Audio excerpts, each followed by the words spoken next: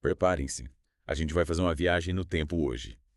É isso aí, vamos mergulhar na história indígena de Lavras e do Campo das Vertentes, lá em Minas Gerais. E para nos guiar nessa aventura arqueológica, temos aqui um especialista no assunto. O prazer é meu, é ótimo estar aqui com A vocês. gente vai explorar um livro, publicado em 2024, que me deixou fascinado. A História e Arqueologia Indígena de Lavras e do Campo das Vertentes. Ele revela cada detalhe, é incrível, sobre as civilizações que viviam nessa região muito antes da gente, antes dos europeus chegarem aqui. Quem imaginava que Minas guardava tantos segredos ancestrais, hein? É verdade. Uma coisa que me impressionou logo de cara no livro é como o autor Gabriel Arreu Pedroso já começa nos convidando a repensar a nossa noção de tempo. Ele fala sobre tempo profundo. Sabe, a gente tende a pensar na história da humanidade como algo recente, mas a real é que ela vai muito além do que a gente imagina. Tipo, muito além mesmo. Muito. A gente falando de milhares de anos de presença humana na região de Lavras, muito antes de qualquer registro escrito. É como se a gente estivesse abrindo um baú do tesouro cheio de histórias e culturas que a gente nem fazia ideia que existiam. Nossa, deve ser incrível para você, como especialista, poder mergulhar nesse passado tão distante e ir juntando as peças desse quebra-cabeça. Me fala, o que mais te fascinou nesse livro? Olha, uma das coisas mais legais é que o Pedroso questiona aquela ideia de que a civilização segue um caminho único, linear de progresso. Ele mostra que as culturas se desenvolvem em ritmos próprios, cada uma com suas características, sem precisar seguir o modelo europeu. Deu para entender isso no exemplo que ele dá dos portugueses, né? Imagina, durante as grandes navegações, eles encontraram sociedades na África e na Ásia, É. e para eles era como se essas sociedades tivessem características da Europa medieval. É como se eles tivessem voltado no tempo. Exatamente. E isso serve para a gente lembrar que a gente precisa tomar cuidado para não impor a nossa visão de mundo e de progresso a outras culturas. Cada sociedade tem sua própria trajetória, sua própria forma de se conectar com o mundo e com o tempo. É essa diversidade que faz a história humana ser tão rica. E como a arqueologia nos ajuda a entender essas diferentes visões de mundo, principalmente de povos que viveram há tanto tempo? É como desvendar um mistério, sabe? A gente não tem acesso direto aos pensamentos e crenças dos povos antigos, mas a gente pode analisar as coisas que eles deixaram para trás, as ferramentas, cerâmicas, pinturas rupestres. Cada objeto, cada estrutura, cada marca no solo conta uma história, e a gente, os arqueólogos, tenta decifrar essas pistas e remontar o passado. Que legal. E quais são as principais pistas que os arqueólogos encontraram na região de Lavras e do Campo das Vertentes? Olha, a gente tem uma variedade enorme de vestígios, cerâmicas, ferramentas de pedra, solos que foram modificados pela ação humana, os solos antrópicos e até pinturas rupestres. Uau, pinturas rupestres em Minas Gerais. Isso é incrível.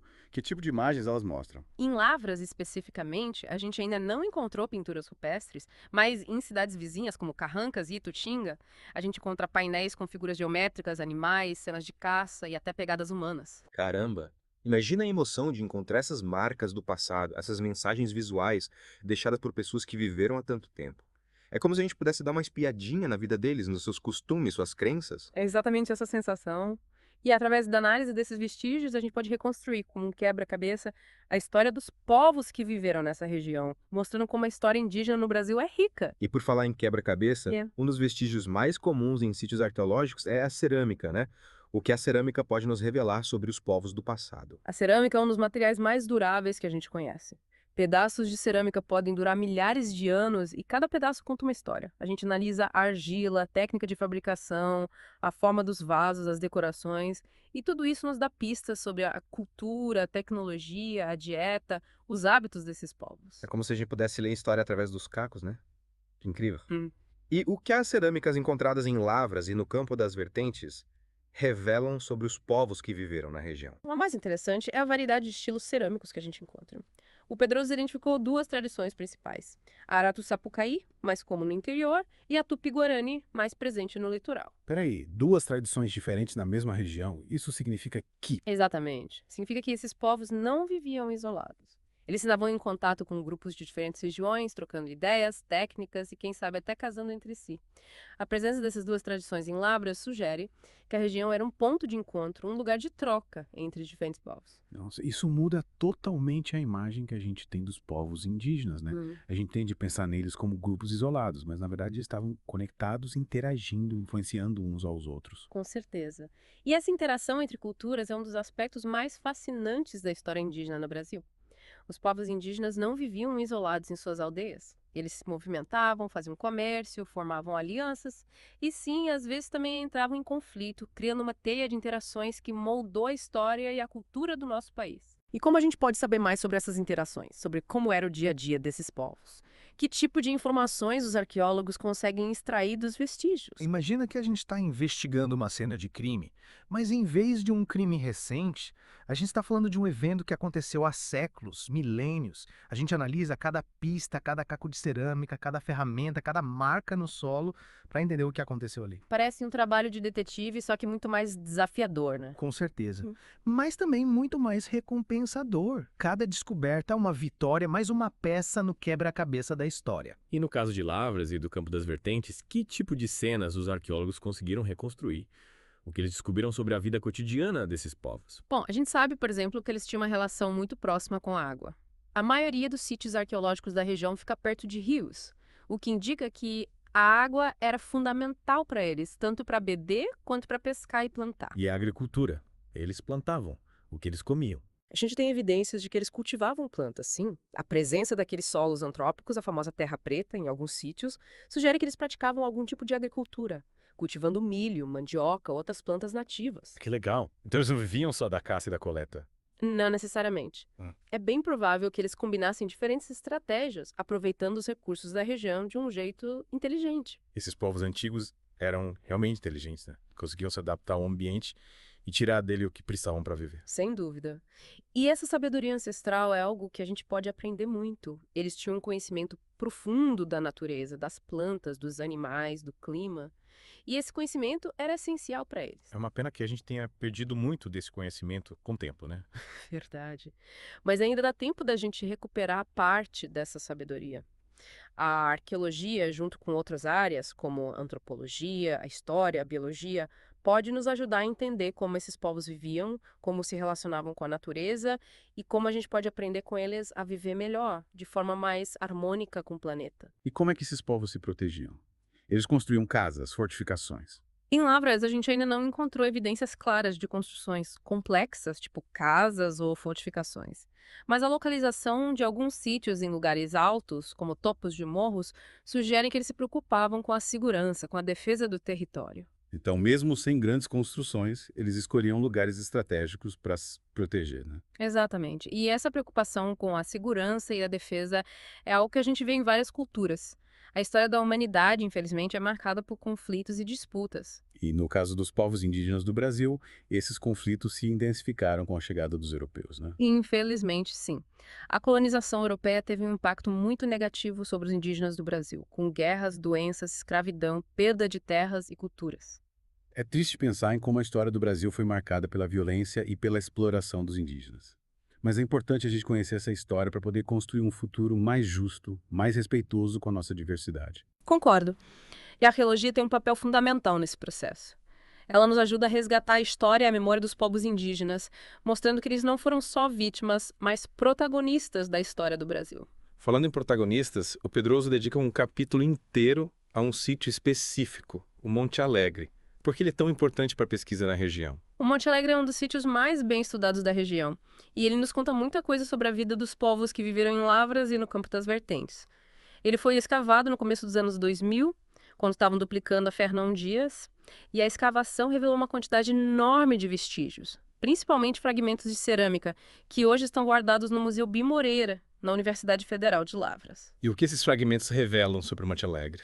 O mais legal é que os fragmentos do Monte Alegre mostram uma variedade ainda maior de estilos cerâmicos do que os encontrados em outros sítios da região, o que reforça a ideia de que o Monte Alegre era um ponto de encontro, um lugar de mistura cultural. Então, o Monte Alegre era tipo um grande centro comercial, ou um lugar de festas, onde diferentes grupos se encontravam para trocar produtos, celebrar, fortalecer os laços. É possível. A gente ainda não tem certeza sobre a função exata do Monte Alegre, mas a variedade de estilos cerâmicos e a localização perto do Rio Grande sugerem que era um lugar muito importante para esses povos. Imagino que analisar esses fragmentos deve ser como montar um quebra-cabeça gigante, né? Cada caquinho, cada estilo, cada decoração, uma peça a mais na história do Monte Alegre. Exatamente. E é nesse quebra-cabeça que a gente vai se aprofundar na próxima parte do nosso mergulho. Que demais.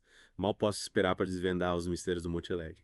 Mas antes de continuar nossa aventura, vamos fazer uma pausa para respirar e digerir toda essa informação. Voltamos já com a segunda parte do nosso The Deep Dive. E aí, voltaram, prontos para voltar para o Monte Alegre.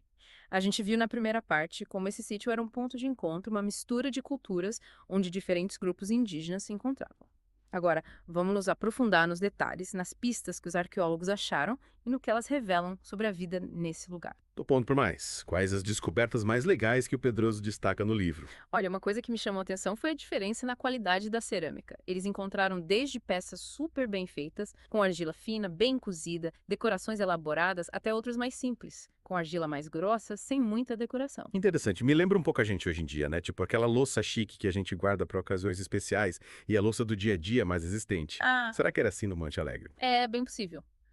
Uma hipótese é que essa diferença na qualidade mostra as diferentes funções dos vasos. Os mais elaborados, quem sabe, eram usados em rituais ou festas, enquanto os mais simples serviam para cozinhar, guardar comida, carregar água. Nossa, imagina as festas que rolavam por lá.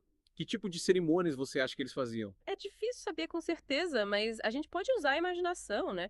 Com base no que a gente sabe de outras culturas indígenas. Talvez rituais ligados à agricultura, à caça, à cura, à vida e à morte. E será que dá pra saber o que eles comiam nesses eventos? Tinha churrasco de capivara. Quem sabe? Mas falando sério, a análise da cerâmica pode dar pistas sobre a dieta deles. O Pedroso encontrou restos de comida, tipo pedaços de plantas e ossos de animais grudados nos cacos. Tipo CSI Arqueologia, e o que esses versos revelaram era só churrasco de capivara. Parece que o cardápio era bem variado. Os estudos mostram que eles comiam peixes, frutas, raízes, sementes e provavelmente milho e mandioca. Nossa, que legal. E será que eles plantavam tudo isso ou só coletavam? Boa pergunta. A presença da terra preta no Monte Alegre sugere que eles mexiam no solo, cultivavam algumas plantas. A terra preta, como a gente já viu, é aquele solo super fértil, resultado da ação humana. Verdade. Lembra que a gente falou sobre ela na primeira parte? E é incrível como essa terra preta, criada por eles, continua sendo um exemplo de agricultura sustentável. É um legado incrível, né? Mostra como eles viviam em harmonia com a natureza, produzindo comida sem destruir o ambiente. E além da terra preta, o que mais indica que eles plantavam no Monte Alegre. Encontraram ferramentas de pedra que podem ter sido usadas para preparar o solo, tipo machadas e enxadas. E tem possibilidade de que eles usassem fogo para limpar a vegetação, a coivara. Coivara? Parece perigoso. Será que eles não causavam incêndios enormes? A coivara, se bem feita, pode ser sustentável, sabia? Claro que hoje, com a agricultura industrial e o desmatamento, ela é vista como um problema. Mas, para os indígenas, o fogo era uma ferramenta usada com respeito pela natureza. Eles sabiam controlar o fogo, preparar o solo, garantir que a floresta crescesse de novo. Faz sentido. Eles conheciam bem a natureza, né? Não saíam botando fogo em tudo sem pensar. Exatamente. É por isso que a gente precisa estudar essas práticas antigas. Elas mostram que dá para produzir comida sem destruir o meio ambiente. Mas e aí, a gente sabe algo sobre a organização social deles? Como eles se dividiam em quem mandava? Aí o quebra-cabeça fica mais difícil. Sem registros escritos ou outras pistas mais diretas, a gente se baseia em evidências indiretas, como a análise da cerâmica. E o que a cerâmica diz sobre a organização social? A diferença na qualidade da cerâmica, por exemplo, pode indicar diferentes grupos sociais no Monte Alegre. Talvez os vasos mais elaborados fossem feitos por artesãos com um status social diferente. E os mais simples, por qualquer um, para o dia a dia. Então a gente pode imaginar que, como em qualquer sociedade, existiam diferenças sociais. É bem provável. E a gente tenta entender essas diferenças, analisando também a localização das casas, os tipos de sepultamento, a presença de objetos especiais. É um trabalho minucioso para entender a vida social. E a gente sabe se eles tinham algum líder, um chefe, um cacique. Infelizmente, não temos como saber com certeza só com a arqueologia, mas podemos comparar com a organização de outros povos da época. É possível que eles tivessem líderes, conselhos de anciãos ou outras formas de organização. Esses povos são um mistério, né? Mas é incrível como a arqueologia, mesmo com poucas pistas, reconstrói a história deles. Como viviam, se organizavam, interagiam com a natureza. É como se a gente estivesse dando voz a eles. E cada nova descoberta, cada caco, cada pintura nos aproxima da história indígena. E falando em história, a gente sabe em que contexto histórico Monte Alegre se encaixa. O que rolava no Brasil e no mundo. O Monte Alegre é de 1.200 a 800 anos atrás, tipo a Idade Média na Europa. No Brasil, ainda não tinha europeu, mas os indígenas se movimentavam, expandindo suas áreas, encontrando outros povos, desenvolvendo tecnologias. Era uma época de muitas mudanças, então. Sim. Um período dinâmico, com muita interação entre culturas. E o Monte Alegre, com sua localização e diversidade, era um ponto importante. Que fascinante. É como se o Monte Alegre fosse um exemplo do que aconteceu no Brasil inteiro naquela época. Exatamente. E isso mostra como a história indígena é importante não como algo isolado, mas como parte da história do Brasil e do mundo. Os povos indígenas estavam aqui muito antes dos europeus. E suas histórias precisam ser contadas. E falando em preservar, na próxima parte a gente vai falar sobre o legado desses povos. O que acha? Ótima ideia. Temos muito a aprender com eles. Até a próxima. E voltamos com o Deep Dive. Nossa, depois dessa viagem pela história indígena de Lavras e do Campo das Vertentes, chegamos à parte final. E agora a grande pergunta. Qual é o legado desses povos pra gente? O que a gente pode aprender com eles? É a pergunta que fica, né? A gente viu como esses povos eram habilidosos, dominavam técnicas de agricultura sustentável, se adaptavam ao ambiente, viviam em harmonia com a natureza. E como eles se conectavam com a natureza de um jeito que a gente hoje em dia parece ter perdido? Será que a gente consegue resgatar um pouco dessa sabedoria para lidar com os desafios do mundo moderno? Acho que esse é o grande desafio, a grande oportunidade. A crise ambiental, a perda da biodiversidade, as mudanças climáticas, tudo isso mostra que a gente precisa encontrar novas formas de se relacionar com o planeta. E quem sabe, olhando para o passado, para a sabedoria dos povos indígenas, a gente encontra algumas respostas. Você acha que a gente pode se inspirar neles para ter um futuro mais sustentável? Com certeza. A gente pode aprender com as práticas agrícolas tradicionais, com o uso de plantas medicinais, com a forma como eles usavam os recursos naturais, pensando nas próximas gerações. E não só na questão ambiental, né? A gente também pode se inspirar na forma como eles organizavam, na importância da comunidade, no respeito aos mais velhos, na valorização da cultura, da tradição. Exatamente. A gente vive num mundo cada vez mais individualista, competitivo, desconectado da natureza e das nossas raízes. Resgatar esses valores de comunidade, de respeito, de conexão com a natureza pode nos ajudar a construir um futuro mais justo, mais humano, mais sustentável. E como a gente pode fazer isso na prática? Como trazer esses ensinamentos para o nosso dia a dia? Acho que o primeiro passo é conhecer, estudar, se aprofundar na história e na cultura dos povos indígenas. Ler livros como esse que a gente viu hoje, visitar museus, conversar com os indígenas, conhecer suas lutas. E apoiar as comunidades indígenas na preservação da cultura, dos territórios, dos modos de vida deles, né? Com certeza. A gente precisa reconhecer a importância dos povos indígenas para a história do Brasil e para o futuro do planeta. Eles são guardiões de uma sabedoria ancestral que a gente precisa redescobrir e valorizar. E por falar em valorizar, o livro termina com uma pergunta que me deixou pensando. Qual o legado dos povos que viveram aqui na região de Lavras e do Campo das Vertentes pra gente? É uma pergunta que fica, né? E a resposta, como a gente viu, está nos fragmentos de cerâmica, nas ferramentas, nos vestígios da agricultura, nas marcas que eles deixaram na paisagem. Esses vestígios mostram que eles estavam aqui, viveram, amaram, lutaram, construíram suas vidas nesse lugar que a gente chama de Minas Gerais. E a gente, as próximas gerações, precisamos honrar essa história, preservar esse legado e aprender com eles. E que a gente possa, inspirados por eles, construir um futuro mais justo, mais sustentável, mais humano para todo mundo. Que mensagem inspiradora!